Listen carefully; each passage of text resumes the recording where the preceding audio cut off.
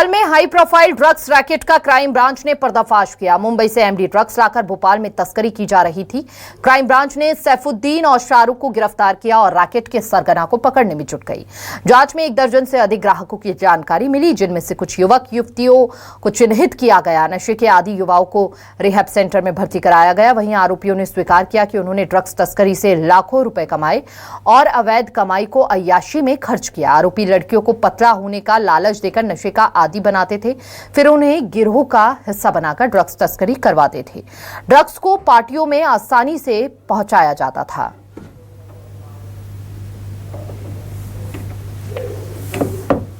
मुंबई से लाई जाती थी एमडी ड्रग, पार्टियों में यह सप्लाई की जाती थी। हाई प्रोफाइल ड्रग्स रैकेट का बड़ा खुलासा हुआ है। क्राइम ब्रांच ने सैफुद्दीन और शाहरुख को गिरफ्तार किया। हाई प्रोफाइल ड्रग्स रैकेट का बड़ा खुलासा हुआ है। बड़ी जानकारी, मुंबई से लाई जाती थी एमडी ड्रग्स यहां पर, और लड़कियों को पतला होने का ये लोग लालच देते थे कि अगर ये दवाई खाती हैं या ड्रग्स लेती हैं तो वो पतली हो जाएंगी। और जब वो नशे में होती थी तो उसी दौरान इस पूरे घटनाक्रम को ये लोग अंजाम दिया करते थे और सप्लाई करवाने के लिए अपने झांसे में लिया करते थे लड़कियों को। पार्टियों से सप्लाई होती थी लाखों की ये ड्रग्स और लाखों की कमाई ये लोग किया करते थे। हाई प्रोफाइल ड्रग्स का मामला ये सामने आया है। पार्टियों में सप्लाई होती थी ये ड्रग्स रैकेट का बड़ा खुलासा यहां पर हुआ है।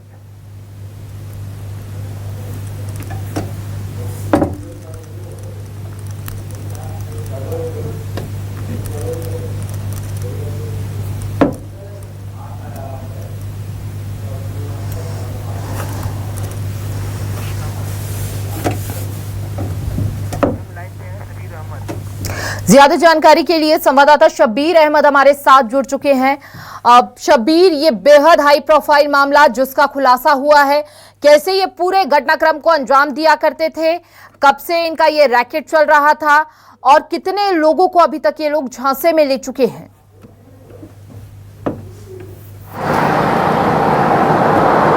बिल्कुल हिमानी, आपने सही कहा कि ये काफी बड़ा नेटवर्क था जिसको ध्वस्त किया है भोपाल क्राइम ब्रांच की तरफ से, और 2 आरोपियों को गिरफ्तार किया गया है। इसके अंदर ड्रग्स पेडलर की बात की जाए तो सैफुद्दीन और शाहरुख, 2 आरोपियों को गिरफ्तार किया गया। और इसको लेकर सबसे बड़ी चीज यह है कि जो चौंकाने वाले खुलासे इसके अंदर एक के बाद होते हुए नजर आ रहे हैं कि ये गरीब लड़कियों को टारगेट करते थे, जो दूसरे शहरों से भोपाल आती थी उनको टारगेट करते थे, फिर उनको ड्रग्स का आदी बनाते थे। और शुरुआत में उन्हें ये कहते थे कि आप ड्रग्स लेंगे तो आप दुबले हो जाएंगे, पतले हो जाएंगे, और इसके साथ साथ जिम में भी आपको फायदेमंद रहेगा।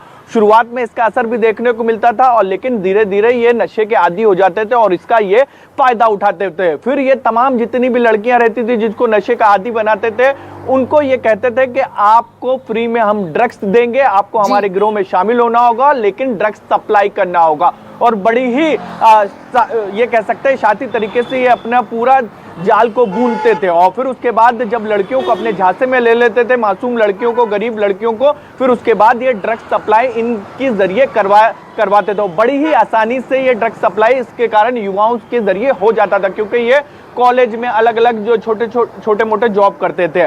और अभी तक की बात की जाए तो भोपाल क्राइम ब्रांच को करीब 1 दर्जन से ज्यादा लड़का लड़कियों के पता चला है ऐसे जो नशे के आदी थे। उनको बाकायदा नशा मुक्ति केंद्र में भी भेजा गया है कि नशा छुड़वाने के लिए। लेकिन इसके साथ साथ इस पूरे मामले में ये भी खुलासा होता हुआ नजर आ रहा है कि लंबे समय से इस चीज से जुड़े हुए थे, और इसके साथ साथ इन्होंने बड़े पैमाने पे इससे पैसा भी कमाया है, और वो भी काफी कम समय में। मुंबई से ये ड्रग्स लाते थे, किससे लाते थे, अब भोपाल क्राइम ब्रांच वहां पर पहुंचने की कोशिश में जुटी हुई है। लेकिन इन सब के बीच बात की जाए तो अब इस पूरे मामले में यह भी खुलासा होता हुआ नजर आ रहा है कि सैफुद्दीन और शाहरुख ने एक फ्लैट ले रखा था और वहीं से ही पहले नशे का आदी बनाया जाता था युवाओं को, फिर वहां से पूरा गिरोह को संचालित किया जा रहा था। अभी आने वाले समय में इसके अंदर और भी हिमानी गिरफ्तारियां हो सकती है। बिल्कुल, अब यहाँ पर जो सरगना है फिलहाल तो गिरफ्तार कर लिया गया है, लेकिन पूछताछ में कई बड़े खुलासे भी हुए हैं। कई अलग अलग राज्यों से इनके नेटवर्क जुड़े हुए थे। वहां तक कब तक शब्बीर पुलिस पहुंचेगी और उन लोगों के खिलाफ कब तक एक्शन होगा, क्योंकि ये बहुत बड़ा रैकेट है, शायद इसके तार विदेशों से भी जुड़े हो सकते हैं। और अगर मध्य प्रदेश की ही बात अकेली की जाए तो इससे पहले भी कई नशे के कारोबार को लेकर, चाहे कह लीजिए या अफीम की खेती को लेकर कह लीजिए, बड़े पैमाने पर नशे की सप्लाई यहां पर होती रही है।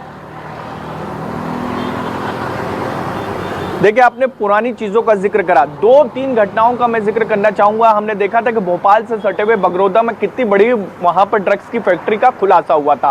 और इसके साथ साथ निजी कॉलेज के अंदर जहां पर पूरा लव जिहाद के खेल चल रहा था, उसमें भी इसी तरीके का ट्रेंड देखने को मिला था, जहां पर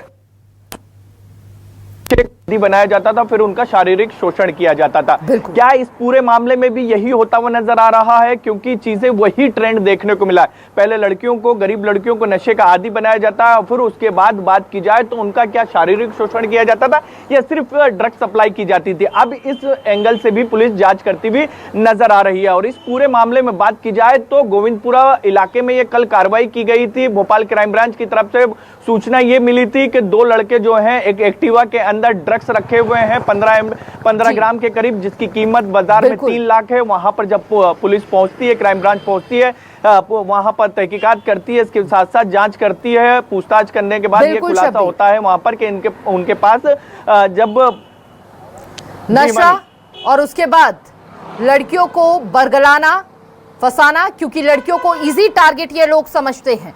बहुत बहुत शुक्रिया आपका शब्बीर, तमाम जानकारी साझा करने के लिए। चलिए अब खबरों में आगे बढ़े।